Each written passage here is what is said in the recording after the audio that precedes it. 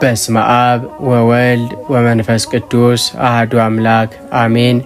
ሰላም እግዚአብሔር ከሁላችሁ ጋር ይሁን። ውድና የተከበራችሁ የፍኖተ ኤማሁስ ቻናል ቤተሰቦች እንደምን ሰነበታችሁ? እንደምን ሳላችሁ? የአምላካችን የቅዱስ እግዚአብሔር ቸርነት፣ የእናታችን የድንግል ማርያም አማላጅነት፣ የቅዱሳን አባቶች በረከትና ረድኤት ከሁላችን ጋር ይሁን። እነሆ ቅድስት ቤተክርስቲያናችን በፍቅር በደስታና በታላቅ ጉጉት ወደምትጠብቀው ጾመ ፍልሰታ የእናታችን የእመቤታችን የቅድስት ድንግል ማርያም ጾም ለመግባት ጥቂት ቀናት ብቻ ቀርተውናል። ይህ ጾም ሐዋርያት የእመቤታችንን ትንሣኤና ዕርገት ለማየት በታላቅ ሱባኤና ጸሎት እግዚአብሔርን የተማጸኑበት፣ ሰማያዊ ምስጢር የተገለጠበት ታላቅ የበረከት ወቅት ነው። ነገር ግን ጾሙ ከመግባቱ በፊት እንዲሁም በጾሙ ወቅት ብዙዎቻችንም ሳናውቅ የምንፈጽማቸው ጥቃቅን ስህተቶች የጾማችንን መንፈሳዊ ፍሬ ሲያሳጡብን ይስተዋላሉ።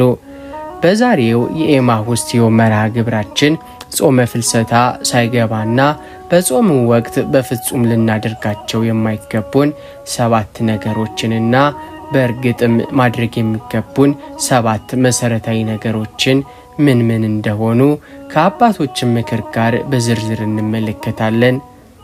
ወደ ትምህርቱም ከመሄዳችን በፊት ለፍኖተ ኤማሁስ ቻናል አዲስ የሆናችሁ ሰብስክራይብ በማድረግ የቤተሰባችን አባል እንድትሆኑ፣ ሁላችሁም ደግሞ ይህ መንፈሳዊ ትምህርት ለብዙዎች እንዲደርስ ቪዲዮውን ላይክ በማድረግ እንድትጀምሩ በቅድስት ድንግል ማርያም ፍቅር እንጠይቃችኋለን። እስከ ቪዲዮ መጨረሻ ድረስ አብራችሁን ቆዩ። ውድ የፍኖተ ኤማሁስ ቤተሰቦች ወደ ጾመ ፍልሰታ ስንገባ ከምናገኛቸው ሰማያዊ በረከቶች ይልቅ በመዘናጋታችን የምናጣቸው ጸጋዎች ሊያሳስቡን ይገባል። ብዙዎቻችን ጾምን በታላቅ ጉጉት እንጀምረዋለን። ነገር ግን ሳናውቀው በምንፈጽማቸው ጥቃቅን ይመስሉ ግን ከበድ ባሉ መንፈሳዊ ስህተቶች ምክንያት የጾማችን ፍሬን እናጣዋለን። በዛሬው መርሃ ግብራችን የመጀመሪያ ክፍል በጾመ ፍልሰታ ወቅት በፍጹም ልናደርጋቸው የማይገቡ 7 መሰረታዊ ስህተቶችን እንመለከታለን። እነዚህን ስህተቶች ከሕይወታችን በማስወገድ ጾማችንን በግልጥ የእግዚአብሔርን በረከት የሚያስገኝ እንጂ የከንቱ ድካም እንዳይሆንብን በጥንቃቄ እናስተውል። የመጀመሪያውና አብዛኞቻችን ከመጾማችን በፊት የምንወድቅበት ትልቁ ስህተት ይሄው ነው። አንደኛ፣ ጾሙ ሳይገባ በፊት ከወዲሁ በምግብና በመጠጥ መዝለል ወይም አላስፈላጊ የሥጋ ዝግጅት ማድረግ ነው። በብዙዎቻችን ሕይወት ውስጥ የሚታይ ነገር ግን በጣም ጎጂ የሆነ መንፈሳዊ ልማድ አለ። ጾመ ፍልሰታ ሊገባ ጥቂት ቀናት ሲቀሩት ወይም በዋዜማው ነገ እኮ ጾም ሊገባ ነው፣ ከነገ ጀምሮ ሥጋ እንበላም መጠጥም አንጠጣም በሚል ምክንያታዊነት በምግብና በመጠጥ መዝለል፣ ከልክ በላይ መብላትና መጠጣት እንዲሁም ወደ አላስፈላጊ የሥጋ መዝናኛዎች መገስገስ ነው። ይህ ድርጊት በቤተ ክርስቲያናችን አስተምህሮ ጾምን በኃጢአት መቀበል ይባላል።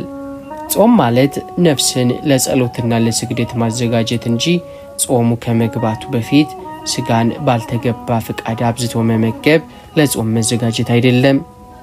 ትልቁ ስህተትም እዚህ ላይ ነው። መንፈሳዊ ድንዛዜን ይፈጥርብናል።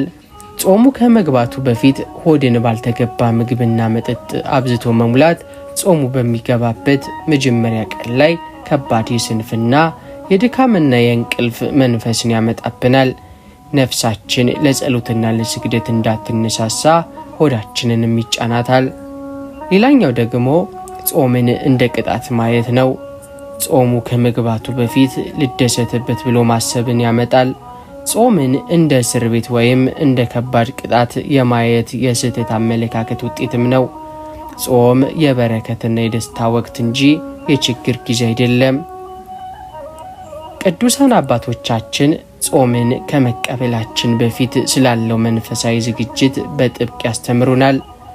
ታላቁ ቅዱስ ዮሐንስ አፈወርቅ ጾም ከመግባቱ በፊት ስለሚደረግ ከልክ ያለፈ ስግብግብነት ሲናገር ጾም ሊገባ ነው በማለት ሆድህን በምግብና በመጠጥ የምትሞላ ከሆነ ገና ሳትጾም የጾምህን ፍሬ አበላሸኸው ማለት ነው።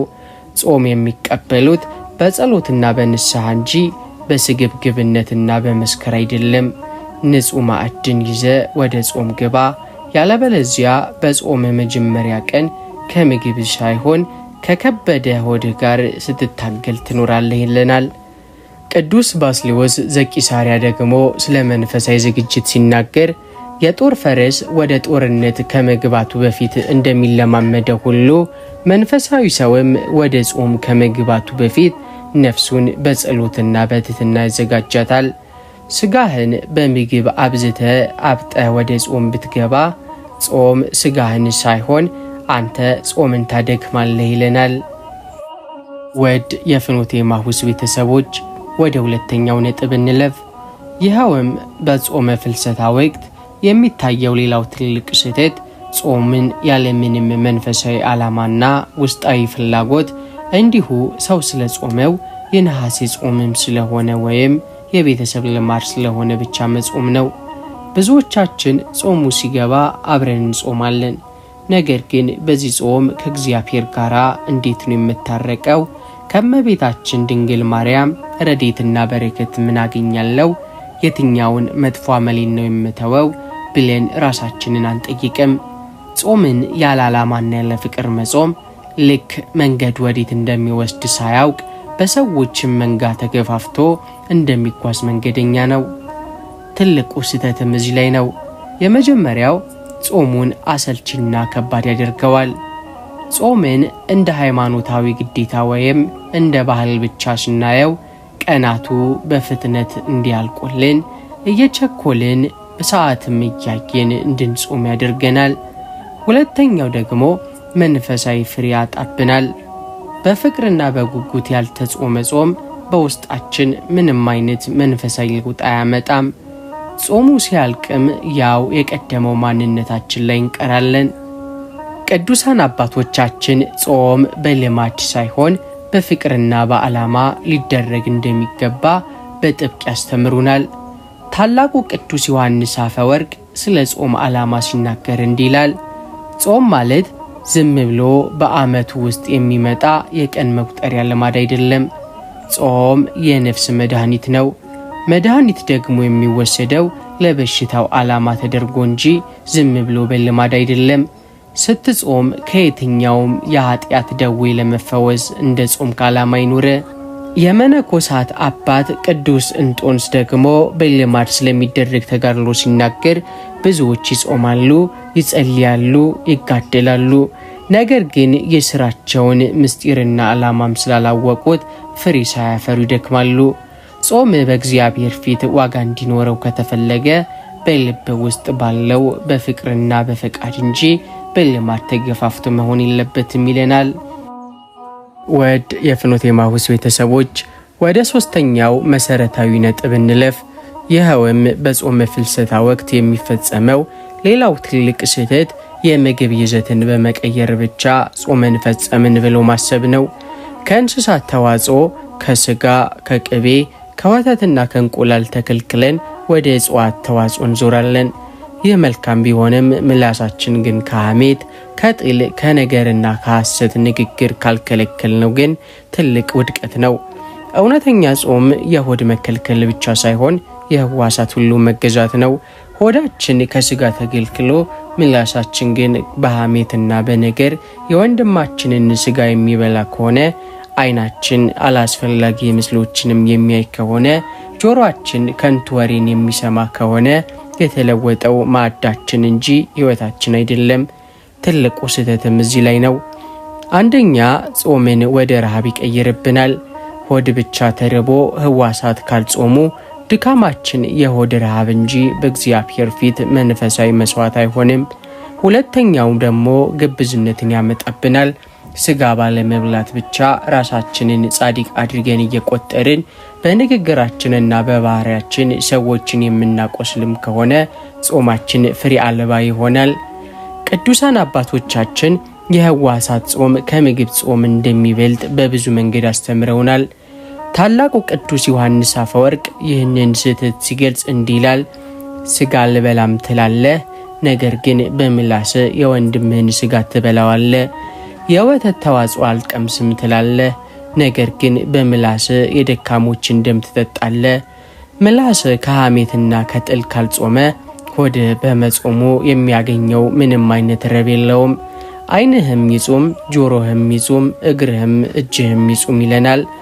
ታላቁ ቅዱስ ባስልዮስ ደግሞ ከምግብ እየተከለከልክ በቂምና በጥል በሐሜትና በሐሰት ውስጥም የምትኖር ከሆነ ጾመ ዋጋ የለውም። ሰይጣንም እኮ ምግብ አይበላም፣ ፍጹም ጾመኛ ነው። ነገር ግን ከክፋትና ከትዕቢቱም ስላልተመለሰ ሰይጣን ሆኖ ቀረ። አንተም ሕዋሳትህን ሳትገታ ብትጾም ጾም ሰይጣናዊ ጾም ይሆናል ይለናል። ወድ የፍኖተ ኤማሁስ ቤተሰቦች ወደ አራተኛው መሰረታዊ ነጥብ እንለፍ።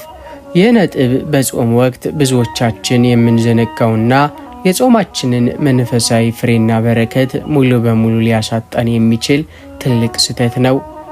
በጾመ ፍልሰታ ወቅት የሚፈጸመው ሌላው ትልቅ ስህተት ጾሙን ያለ ንስሐ አባት መሪነት ያለ ቅዱስ ቁርባን እንዲሁ በባዶ ሆድ መፈጸም ነው።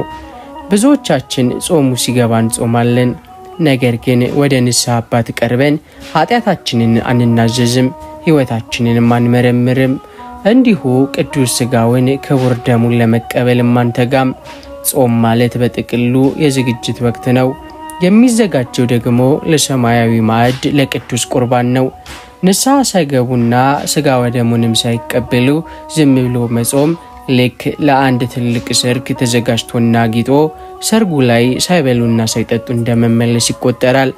ጾም ነፍስን የማንጻት ሂደት ሲሆን፣ ንስሐ ደግሞ የቆሸሸውን የነፍስ ልብስ ማጠቢያ፣ ቅዱስ ቁርባን ደግሞ ነፍስን በጽድቅ ማቅለሚያና ማጌጫ ነው። ትልቁ ስህተትም እዚህ ላይ ነው። አንደኛው የሐሰት ትሕትናን ያሳየናል። እኔ ገና ነኝ፣ አልበቃውም፣ ኃጢአተኛ ነኝ በሚል የሐሰት ትሕትና ከንስሐ አባትና ከቅዱስ ቁርባን መሸሽ ነው። ሁለተኛው ደግሞ ራስን በራስ እንደ ጻድቅ መቁጠር። ያለ ንስሐ አባት መሪነት በራሳችን ፈቃድ ብቻ የምንጾመው ከሆነ ጾማችን በትዕቢት የመመኪያና ራሳችንንም በራሳችን እንደ ጻድቅ የምንቆጥርበት የስህተት መንገድ ይሆንብናል። ቅዱሳን አባቶቻችን ጾም ያለ ንስሐና ያለ ቁርባን ፍጹም ሊሆን እንደማይችል በጥብቅ ያስተምሩናል። ታላቁ ቅዱስ ዮሐንስ አፈወርቅ ስለዚህ ጉዳይ ሲናገር እንዲህ ይላል። ከኃጢአት ሳትነጻና ሳትቀደስ ወደ ቅዱስ ቁርባን አትቅረብ፣ ነገር ግን ከንስሐና ከቅዱስ ቁርባንም አትራቅ። ጾም የሚጠቅመው ነፍስን አዘጋጅቶ ለቅዱስ ቁርባን የበቃች ሲያደርጋት ነው። ያለ ንስሐ የሚጾም ሰው ውሃ በሌለበት ምድረ በዳ ድንኳን እንደመትከል ነው። ድንኳኑ አለ፣ ነገር ግን የሚጠጣ ውሃ የለም። ጻድቁ አባታችን አቡነ ገብረ መንፈስ ቅዱስና ሌሎችም አባቶች ወደ ጾምና ሱባኤ ሲገቡ መጀመሪያ የሚያደርጉት ነገር ቢኖር በንስሐ ተለይተው በሥጋ ወደሙም ታትመው ነው። ምክንያቱም የሰይጣንን የፈተና ፍላጻ መቋቋም የሚቻለው በጾም ብቻ ሳይሆን በውስጣችን ባለው በክርስቶስ ሥጋና ደም አማካኝነት በመሆኑ ነው። በጾመ ፍልሰታ ወቅት የሚታይ ሌላው አደገኛ ስህተት ጾምን ለክብር፣ ለውዳሴ ከንቱ ወይም ሰዎችን ለመውቀሻ መሳሪያ ማድረግ ነው። ብዙዎቻችን ስንጾም በፊታችን ላይ የሐዘንና የድካም ምልክትን በማሳየት እኔ እኮ በፍልሰታ ሱባኤ ይዣለሁ፣ በጣም ደክሞኛል የሚልን ስሜት ለሰዎች እንዲሰማ እንፈልጋለን። ይባስ ብሎ ደግሞ በጾም ምክንያት በምናሳየው ተነሳሽነትና ቁጣም ሰዎችን እያቆሰልን ጾም ይዞኝ እኮ ነው፣ ለዛን የተቆጣሁት እያልን ውሸትን፣ ክፋትን በጾም ስም እናማካኛለን። ጾም ሰላምና ትሕትናን ሊያስተምርን ሲገባም ሰዎችን ለመንቀፍና እነገሌ እኮ አይጾሙም እኔ ግን እጾማለሁ በሚል የትዕቢት መንፈስ ሌሎችን ዝቅ አድርገን እንድንመለከትም ካደረገን ጾማችን ወደ ውድቀት እያመራን ነው። ትልቁም ስህተት እዚህ ላይ ነው። የመጀመሪያው የሰማይ ዋጋን ማጣት። እግዚአብሔር በስውር የተደረገውን የሚያይ አምላክ ነው። ሰዎችን ለማስደመም ወይም በሰዎች ዘንድ መንፈሳዊ ለመባል የሚጾም ሰው ዋጋውን ከሰዎች ሙገሳም ስላገኘ በእግዚአብሔር ፊት ምንም አይነት የጽድቅ መዝገብ አይኖረውም። ሁለተኛውም ጾምን የቁጣ ሰበብ ማድረግ። ጾም ይዞኝ ነው እያሉ በሰዎች ላይ መቆጣትና መበሳጨት የጾምን መንፈሳዊ ትርጉምን ማጣት ነው። ጾም የሥጋ ፍቃድ የሚሰበርበት እንጂ የቁጣ መንፈስ የሚነሳሳበት ወቅት አይደለም። ጌታችንና ቅዱሳን አባቶቻችን ስለ ስውር ጾም ታላቅነትና ስለ ግብዝነት አደገኛነት አጥብቀው አስተምረውናል። ጌታችን ኢየሱስ ክርስቶስ በወንጌል እንደነገረን ስትጾሙ እንደ ግብዞች አትጠውልጉ፣ ለሰዎች እንደ ጾሙ ሊታዩ ፊታቸውን ያጠፋሉና እውነት እልሃለሁ ዋጋቸውን ተቀብለዋል። አንተ ግን ስትጾም በስውር ላለው አባትህ እንዲታይ እንጂ ለሰዎች እንዳይታይ ራስህን ተቀባ፣ ፊትህንም ታጠብ፣ በስውር የሚያይ አባትህም በግልጥ ይከፍልሃል። የማቴዎስ ወንጌል ምዕራፍ 6 ከቁጥር 16-18። ታላቁ ቅዱስ ዮሐንስ አፈወርቅ ይህንን የትዕቢት ጾም ሲገስጽ እንዲህ ይለናል። በጾም ምክንያት በትዕቢት የምትወጠርም ከሆነ ባትጾም ይሻልሃል። ምክንያቱም አለመጾም ስጋን ያደልባል፣ ትዕቢት ግን ነፍስን ይገድላል። ጻድቅ ነኝ ብለህ በልብህ ካሰብክ ያሰብክበት ሰከንድ የጽድቅ ፍጻሜና የውድቀት መጀመሪያ ናት።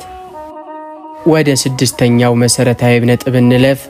በዚህ በቴክኖሎጂ ዘመን በጾመ ፍልሰታ ወቅት የሚፈጸመው ትልቁና አዲሱ ስህተት የሚዲያ ጾም አለማድረግ ነው። ብዙዎቻችን ከስጋና ከወተት ተከልክለን ማዕዳችንን እናጸዳለን። ነገር ግን ቀኑን ሙሉ ስልካችን ላይ በመቀመጥ ቲክቶክ፣ ፌስቡክ፣ ዩቲዩብ እንዲሁም ቴሌግራም ላይ የሚለቀቁ አላስፈላጊ የሆኑ ቪዲዮዎችን፣ የዓለማውያንን ጨዋታዎች፣ ጭቅጭቆችንና የኃጢአትን ምስሎች በአይናችን ስናይ እንውላለን። ጾም ማለት ህዋሳትን መግዛት ነው። ዓይንና ጆሮ ደግሞ ወደ ልብ የሚወስዱ ዋና ዋና በሮች ናቸው።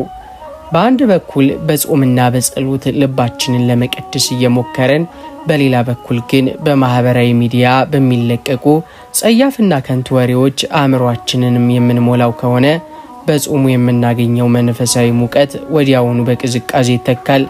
ስልካችንን ሳናጾም ዓይናችንን ሳንገስጽ የምንጾመው ጾም ውስጣዊ ሰላምንም አይሰጠንም። ትልቁ ስህተትም እዚህ ላይ ነው። የመጀመሪያው የጸሎት መንፈስን መስረቅ። አእምሯችን በማህበራዊ ሚዲያ ጫጫታ ከተሞላ የእግዚአብሔርን ረቂቅ ድምፅ ለመስማት አንችልም። ለጸሎት በምንቆምበት ጊዜም ያየናቸውን የሰማናቸውን ከንቱ ነገሮች በህሊናችን እየተመላለሱ አእምሯችንን እንዲበትኑ ያደርጋሉ። ሁለተኛውም ጊዜን በከንቱ ማባከን ነው። በሱባኤና በጸሎት ማለፍ የነበረበትን ውድ የጾመ ፍልሰታን ጊዜ በስልክ ስክሪን ላይ በመቀመጥ በከንቱ ማቃጠል ነው።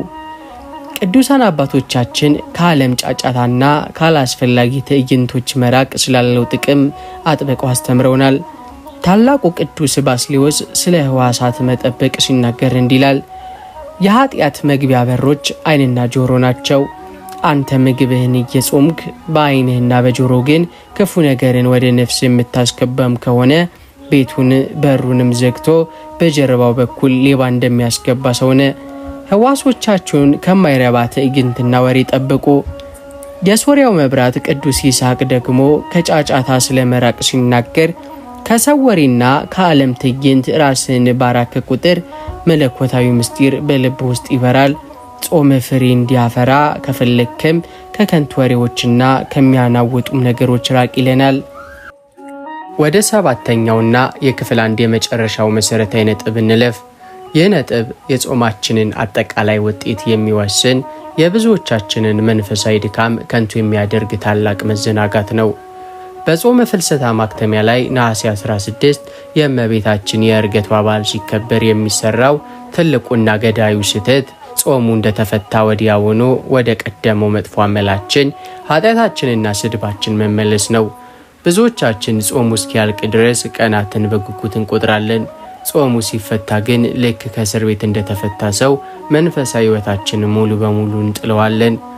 ጾም ማለት መንፈሳዊ ልምምድ የምናደርግበት፣ ትዕግስትን፣ ፍቅርን፣ ንጽህናንና ራስን መግዛትን የምንማርበት ታላቅ ትምህርት ቤት ነው። በትምህርት ቤት የተማረ ተማሪ ትምህርቱን ጨርሶ ሲወጣ የተሻለ ሰው መሆን እንዳለበት ሁሉ እኛም ከጾመ ፍልሰታ ሱባኤ ስንወጣ በጾሙ ያገኘነውን ቅድስና መንፈሳዊ ጥንካሬም ልናስጠብቅ ይገባናል። ነገር ግን ጾሙ ሲያልቅ ጸሎቱን ትተን ወደ ጭፈራ፣ ወደ ቂምና ጥል የምንመለስ ከሆነ ጾማችን ጊዜያዊ መታቀብ እንጂ እውነተኛ መለወጥ አልነበረም ማለት ነው። ትልቁም ስህተት እዚህ ላይ ነው። የመጀመሪያው ጾምን እንደ ከባድ ቀንበር ማየት። ጾሙ አለቀ አሁን ነፃ ወጣን የሚል ስሜት በውስጣችን ካለ ጾምን የወደድነው በረከት ፍለጋ ሳይሆን በግዴታ መሆኑን ያሳየናል። ሁለተኛውም መንፈሳዊ ሀብትን በአንድ ቀን ማጣት ነው። በ16 ቀናት ሱባኤና ተጋድሎ የሰበሰብነውን ሰማያዊ ጸጋና በረከት ጾሙ በወጣበት በሁለተኛው ቀን ወደ ኃጢአት በመመለስ ሙሉ በሙሉ እንከስራለን። ቅዱሳን አባቶቻችን ከጾም በኋላ ስላለው ሕይወትና ስላለው ታላቅ መንፈሳዊ ጥንቃቄ በጥብቅ መክረውናል። ታላቁ ቅዱስ ዮሐንስ አፈወርቅ ጾም ሲፈታ ምዕመናን የሚዘናጉትን ስህተት ሲገስጽ እንዲህ ይላል።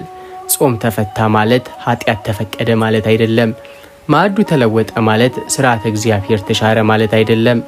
የጾም ፍሬ በሕይወት ዘመን ሁሉ አብሮ ሊኖር ይገባል።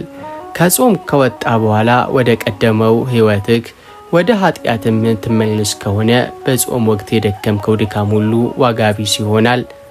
ቅዱስ ኤፍሬም ሶርያዊው ስለ ጾም ፍጻሜ ሲናገር የጦር ፈረስ ከጦርነት በኋላ ቢሆን ኃይሉንና መጋለቡን አያቆምም። አንተም ከጾም ሜዳ ስትወጣ መንፈሳዊ ጋሻህንና ሰይፍህን ጸሎትህንና ትሕትናህን አትጣ። ሰይጣን አንተን ለመጣል የሚመጣው ጾሙ ሲያልቅና ስትዘናጋ ነው ይለናል።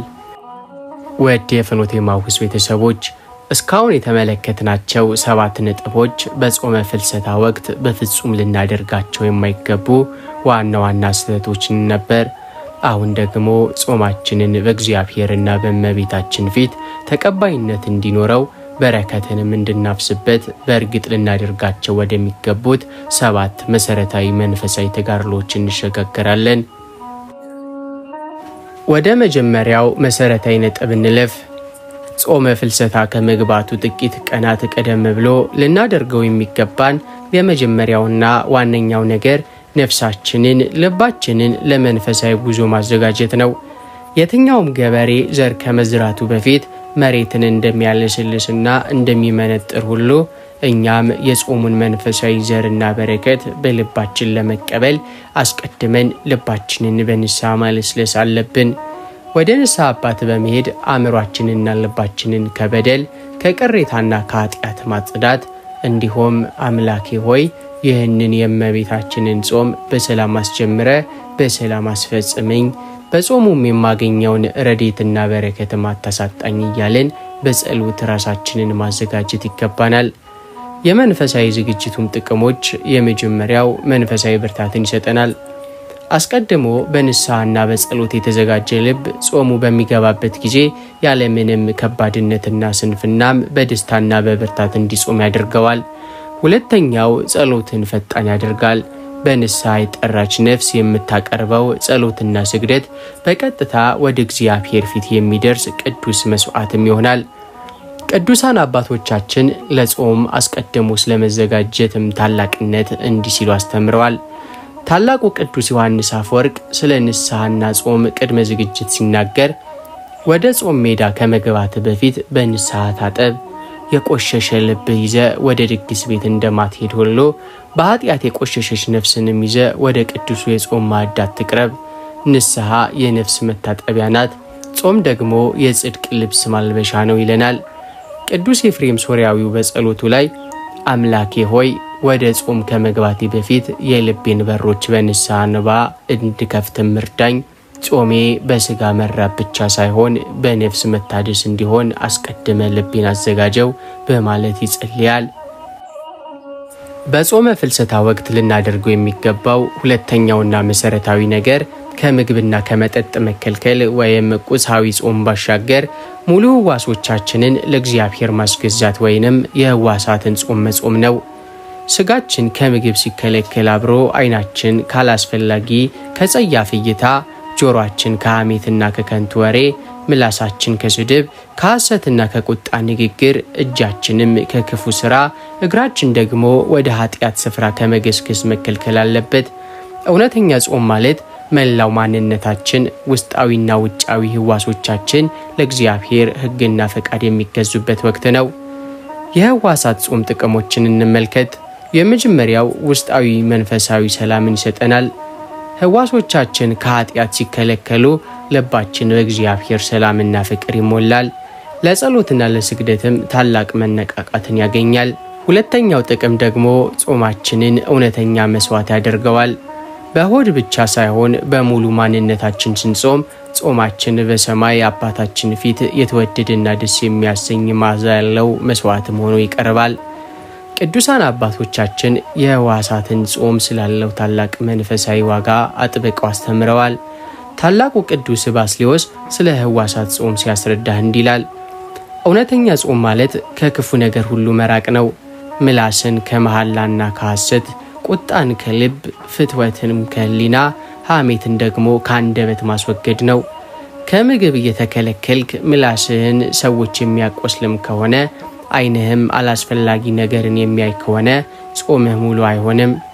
ማር ይስሐቅ ወይም ቅዱስ ይስሐቅ ሶርያዊ ደግሞ ዓይኑን የሚያስገዛ ሰው ልቡን ያጸዳል፣ ምላሱን የሚያስገዛ ሰው ደግሞ ነፍሱን ከመከራ ያድናል፣ ሕዋሳቱን የገዛ ሰው እውነተኛ የክርስቶስ ተጋዳይ ነው ይለናል። በጾመ ፍልሰታ ወቅት በእርግጥ ልናደርገው የሚገባው ሶስተኛው መሰረታዊ ነገር ምጽዋትንና ለተቸገሩ ወገኖች ቸርነትን ማድረግን ማብዛት ነው። ጾም ማለት ራሳችንን ከምግብ በመከልከል የተራቡትንና የተቸገሩትን ሰዎች ሕመምም የምንረዳበት፣ የራሳችንን ማዕድ ለሌሎች የምናካፍልበት የታላቅ የፍቅር ወቅት ነው።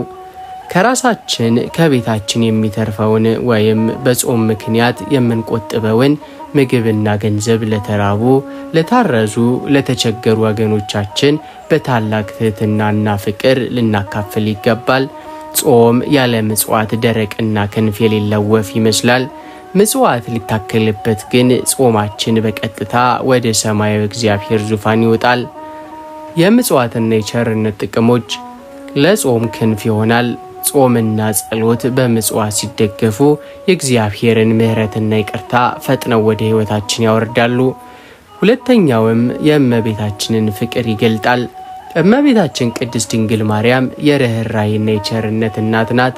እኛም በጾማ ወቅት ለተቸገሩት ርኅራኄን ስናሳይ የእመቤታችን ልጆች መሆናችንን እናስመሰክራለን። ቅዱሳን አባቶቻችን ምጽዋት ከጾም ጋር ስላለው ረቂቅና ታላቅ ቁርኝነት አጥብቀው አስተምረዋል።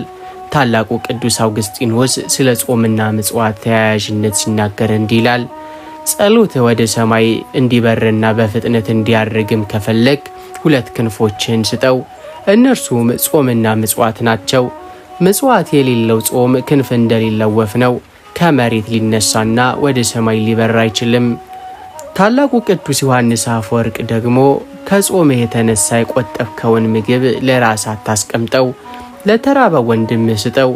በጾም ወቅት የተራበውን ሰው ብታበላው ያ ያበላኸው ምግብ በሰማይ ዘላለም የሚኖር የጽድቅ መዝገብ ሆኖ ይጠብቅሃል ይለናል። በጾመ ፍልሰታ ወቅት በእርግጥ ልናደርገው የሚገባ አምስተኛው መሰረታዊ ነገር ከዓለም ጫጫታ በመለየት የሱባኤ የቆይታ ጊዜ ማዘጋጀት ነው። ሐዋርያት የእመቤታችንን ትንሣኤና ዕርገትን ለማየት በታላቅ ጉጉትና ፍቅር በሱባኤ እንደተጉ ሁሉ እኛም በጾመ ፍልሰታ ወቅት የተወሰነ ሰዓት ወይም ቀናትን ለይተን ለሱባኤ ልንሰጥ ይገባል። ሱባኤ ማለት ከዓለም ግርግር፣ ከከንቱ ጨዋታና ከስልክ ጫጫታም ተለይቶ በቤተ ክርስቲያን ወይም በቤታችን በጸጥታ ሆኖ ከእግዚአብሔር ጋር መገናኛ ጊዜ ነው። በስራና በዘመናዊ ሕይወት ምክንያት ሙሉ በሙሉ ቤተ ክርስቲያን መግባት ባንችል እንኳ በየቀኑ የተወሰነ ሰዓት ለምሳሌ ማለዳ ወይም ማታ ለብቻችን ሆኖ በስግደት በንባና በጸሎት የእመቤታችንን አማላጅነት የምንጠይቅበት ልዩ የሱባኤ ሰዓት ሊኖረን ይገባል። የሱባኤ ጥቅሞች፣ የመጀመሪያው መለኮታዊ ምስጢርና ሰላም ይገለጥበታል። ከዓለም ጫጫታ ተለይተን በጸጥታ ስንጸልይ አእምሯችን ይረጋጋል። የመንፈስ ቅዱስ ሰላምና ረድኤትም በልባችን ውስጥ ይበራል። ሁለተኛው የጸሎት ምላሽን ይሰጠናል። ሐዋርያት በሱባኤያቸው የተመኙትን የእመቤታችንን ዕርገት እንዳዩ ሁሉ እኛም በሱባኤ የምናቀርበው ልመና የእግዚአብሔርን ምሕረት የጸሎት ምላሽም ያመጣል። ቅዱሳን አባቶቻችን ከዓለም ተለይቶ ስለመጸለይ ስለ ሱባኤ ታላቅነት እንዲያስተምረውናል። የሶርያው መብራት ቅዱስ ይስሐቅ ስለ ጸጥታና ሱባኤ ሲናገር እንዲህ ይላል። ከሰው ጫጫታና ከዓለም ግርግር ራስን ለይተ በጸጥታ በቆምክ ቁጥር የነፍስ በሮች ይከፈታሉ። እግዚአብሔርን ማየትና ድምጹን መስማት የምትችለው በጸጥታና በሱባኤ ውስጥ በሚገኝ ውስጣዊ ሰላም ነው እንጂ በዓለም ሁከትና ጫጫታ ውስጥ አይደለም። ቅዱስ ቄርሎስ ዘኢየሩሳሌምም በጥምቀትና በሱባኤ ወቅት ስላለው ጸጋ ሲናገር ከዓለም ነቀፋና ከከንቱ ወሬ ራሳችሁን ለይታችሁ በጸሎት ትጉ፣ በሱባኤ የምታሳልፏት እያንዳንዷ ሰከንድ በሰማይ ዘላለም የሚኖር ታላቅ መንፈሳዊ ሀብት ታከማቻላችኋለች ይለናል። በጾመ ፍልሰታ ወቅት በእርግጥ ልናደርገው የሚገባው ስድስተኛውና መሰረታዊ ነገር በልባችን የያዝነውን ቂምና በቀል አስወግደን ይቅርታን ማድረግንና ከሰዎች ጋር መታረቅ ነው።